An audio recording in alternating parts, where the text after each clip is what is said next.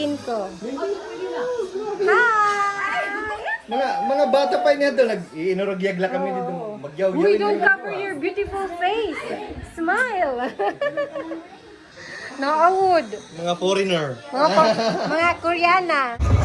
Hello po. Welcome to my vlog. Charot. Hello po. Kamusta po kayo? Maraming salamat po sa mga nanood ng vlog ko last time. Wala na naman po akong tulog kasi lumindol na naman kagabi. Dinala ko si Nitro mula sa second floor. Kinarga ko siya papunta dito sa baba. So dito siya natulog sa couch. Nadidistract ako. Wala kasi akong tulog. Parang naglalag yung brain ko. Natulog kami last night around 8:30. Pinatulog ko na siya ng 8:30. Pero siguro mga 9 a.m. na yun. 9 a.m. 9 p.m. na yun na nakadulog na din ako. So, usually kasi pag nagpapatulog ako sa kanya, ako din nakakatulog. Tapos, bigla ako nagising ng around 12:30 a.m. mga ganun. Tapos, biglang yung nagising talaga ako. Hindi, like, inaantok. Ganun. Tapos, di na ako makatulog ulit. Kaya, nanood lang muna ako sa YouTube. Usually, di ba, dapat hindi ka manonood, hindi ka mag-screen time. Kasi, mas lalong hindi ka makakatulog. Kaya lang, dahil sa mga lindol na sunod-sunod, parang hindi na talaga ako nakakatulog ulit kasi natatakot ako. Kaya gising ako until 4 a.m. Yun na, kasi alauna yung lindol. Tapos bumaba na kami ni night show. Tulog siya. Pinatulog ko siya dito. Tapos gising ako until 4 a.m. My gosh. Wala akong tulog. Tapos natulog ako ng 4 a.m. hanggang 6:37. At least nakatulog ako. Pero hindi mo yung tulog ko kasi masakit yung katawan ko. Wala kasi kaming folding bed. Tapos yung dating foam na tinulugan ni Hali dati nung pumunta siya dito, binigay na namin sa ka-churchmate namin na mas kailangan yung foam. So, yung ginawa ko, nilagay ko yung piano bench. Nilagay ko sa tabi ng couch na to. Tapos, yung upuan na yun. Nilagay ko sa panan ko. Tapos, yun yung ginawa kong bed. So, kaya masakit yung likuran ko kasi hindi pantay. Tapos move ako ng move, ganun. Pero buti naman si Nitro kasi nakatulog na maayos. Ayun, nandun na siya sa school. Usually, pumupunta ako ng gym. Like, pag ganito, nasa school siya. Kasi yung tito niya yung kasama niya sa school. Kaya lang, parang ngayon natatakot akong pumunta ng gym. Kasi building yun. Pag lumindol, hindi ako makakatakbo. My gosh. Pero gusto ko talagang mag-gym. Namimiss ko ng mag-gym. Namimiss ko ng mag-run. Kasi tumatakbo din ako sa boulevard namin. Boulevard ba yung Pantalan? Kaya lang, parang hindi muna ngayon eh. Kulang ako ng tulog. Wag muna. Tapos takot ako sa lindol. Sana matapos na yung paggalaw ng lupa muna. Like mag-pause na muna. Matagal naman, like 100 years or ilan, para hindi na ako matakot. Pero yun lang yung update. Meron pala nagtatanong, kamusta na si nanay? Si nanay, 2 years na ba? Mula nang natapos siyang mag-chemo. 1 year pa lang na natapos siyang mag-chemo. So 2 years na yung initial na nalaman namin na may cancer siya. Nag-ano pa siya, oral chemo. So, yung tinitake niya,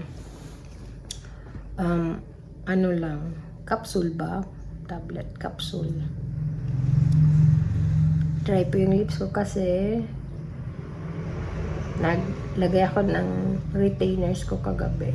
Kaya, nagda-dry talaga yung lips pag naka-retainers ako. Ayun, nagtitake pa rin siya. Kasi di ba 5 years before maging cancer-free ang patient. 5 years pa.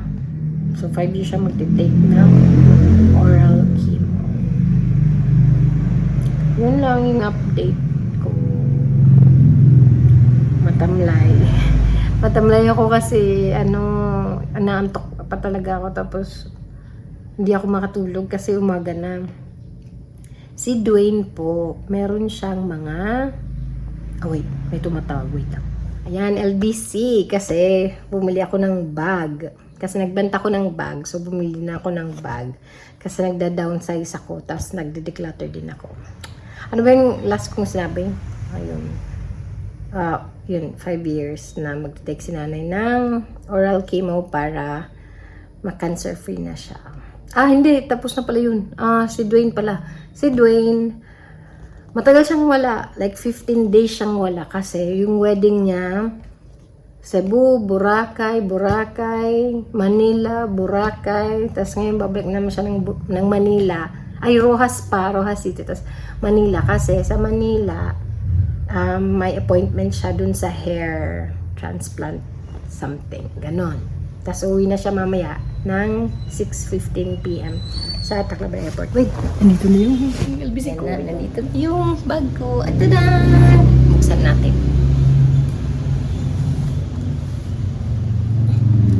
Nakapajama po ako. Diyan po muna kayo. Grabe, ano na yung box. Sana okay lang siya sa loob.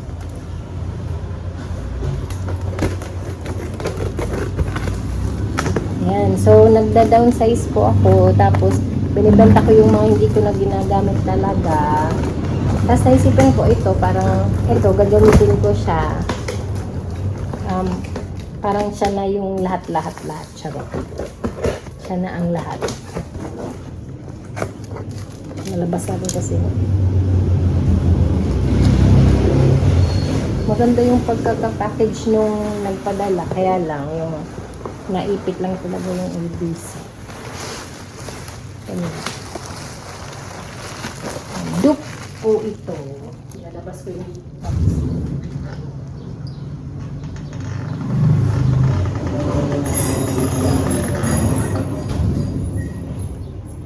Dupe po ito na bag na favorite ko na brand. Charot, favorite brand. Mayaman ka, bes. Maganda ng packaging kasi naglagay ng thank you din. Alam niyo na ba? Nakikita niyo na ba kung ano yung shape ng bag? So, eto, wala siyang brand. Kaya binili ko siya kasi ayoko ng ano to?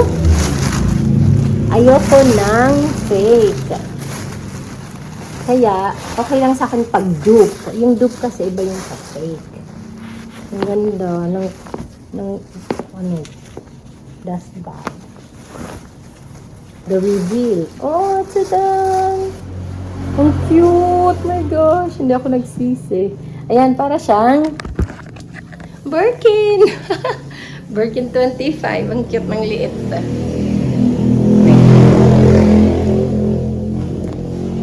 Ang ganda. Pero, yung kulay dun sa, sabi gray. Pero ito naman hindi gray. Para siyang mocha. Pero ang ganda ng suede niya.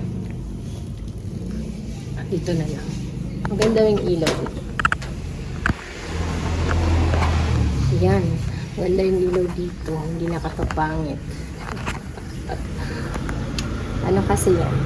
Depende sa ilaw ang itsura mo. Oh my gosh. Dapat maganda yung ilaw mo para maganda ka sa pictures. Parang pangit siya sa video pero maganda siya in person. Ang Ang maganda nito kasi wala siyang branding. So, ibig sabihin, di ka ulihin sa ibang bansa o sa airport kasi wala namang siyang nakalagay na MS. Pero real leather siya.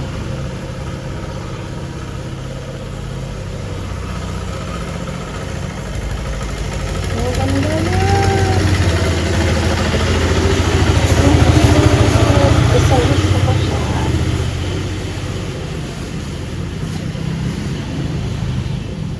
Oh my gosh, ang cute niya. Ay, so cute. Nakalimutan na yung lindol dahil sa bag. Actually, na ano ko sa YouTube dahil sa ano, sa mga bags. Yun talaga yung ano ko. Parati akong nanonood ng bag videos. Hindi ba mahilig sa makeup na mga videos? Ako mahilig talaga ako sa bag videos. Dati pa. Kaya, wala, ang cute niya. Gusto ko siya. Alam nyo, yung Hermes, totoong Hermes na ganito, millions die. Kaya, maganda yung walang branding. Pero yung design niya, same pa din. Same pa din. Ano lang siya, dupe. Hindi siya fake. Dupe siya. Ayan, may kapatid na siya. Tada! Oh my gosh, ang cute niya. Ibebenta ko na to. Ibebenta ko na lahat ng bags ko para itong dalawa na lang yung bags ko. Ang ganda pa ng kulay. Yay! Wait lang. Sige na. Ano ko na to kasi kakain ako ng breakfast. Hindi muna ako mag-gym kasi baka lumindol na naman ulit. Yun lang po yung update ko today. At least may unboxing ako, di ba? Maraming salamat po. Ano ko lang, lagay ko lang din dito siguro yung video kahapon. Napunta kami ng birthday ng tito ko. Para makita nyo din si Night. So, maraming salamat po. Ingat po kayo sa lindol, sa lahat ng natural disaster. Sana mag-stop na to para wala na. Oh my gosh! Gusto ko na mag-normal ulit yung yung schedule ko. Sige po. Ingat.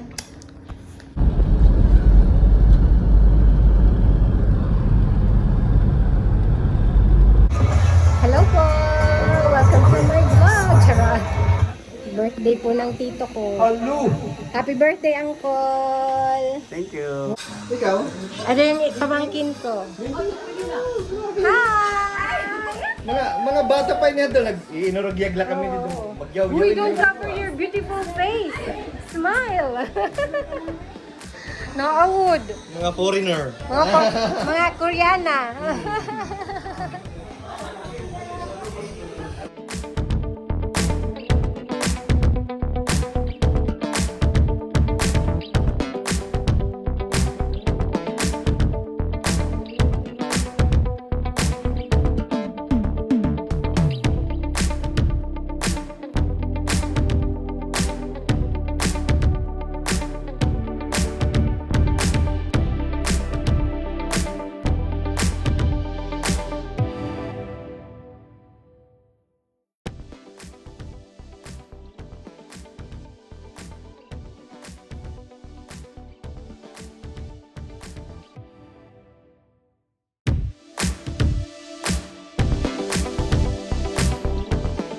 Call, careful.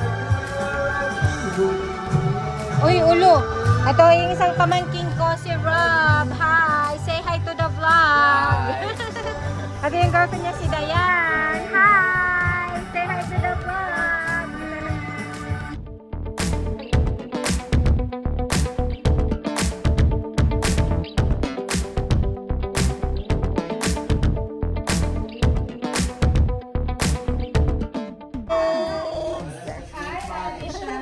Hello! Hi, ate. Ma-bless ako.